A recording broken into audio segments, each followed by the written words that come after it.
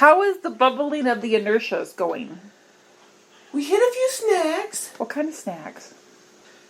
All were joining forces. I know. That's what I knew they were going to do since they were doing that. All the inertias were going to start. They were merging. Yes. The inertias are going to merge to build up the power and intention. Yes, so we're working on it, but we're hitting a few snags. They're starting to do small merges. If there's a small merge going, just go ahead and merge together. No. Why? Okay. You do a double bubble, where you bubble together, and then within the together, then you bubble them separately. It doesn't really work that way. That won't work? Okay. Then use something very slippery. Okay. Use something very slippery with that, because even though they are uniting and merging, the very basis of their beingness is survival of the fittest. Yeah. So there's always trying to undermine each other or there's always that degree. It's not going to be a strong cohesiveness, because each one is always going to want to be the most important. Yes. So if you can find that point of pride, I'll use the term pride.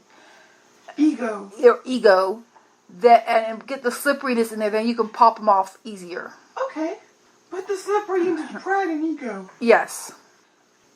Because sometimes temporarily it looks like those of the dark unite. But there's always an element of them that's trying to get up ahead. Yes, there's always infighting, pushing ahead, pride, trying to get ahead, manipulating. There's always that going on. Yes. So you can separate them, any of them you want to separate, by finding the pride, ego, survival of the fittest point and pouring in something slippery in there. And then as soon as they separate, immediately bubble them. Yes. That way they don't have a chance to... That was the voices we were hearing. Okay. The merging. Or all of them. All of them. Okay. Oy vey, that's a lot. Yes, that's why it was so loud but indistinct.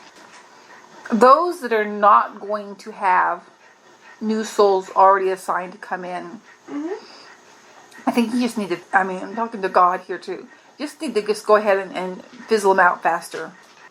So that at least it'll limit how many can and how they will affect anything else that's going on.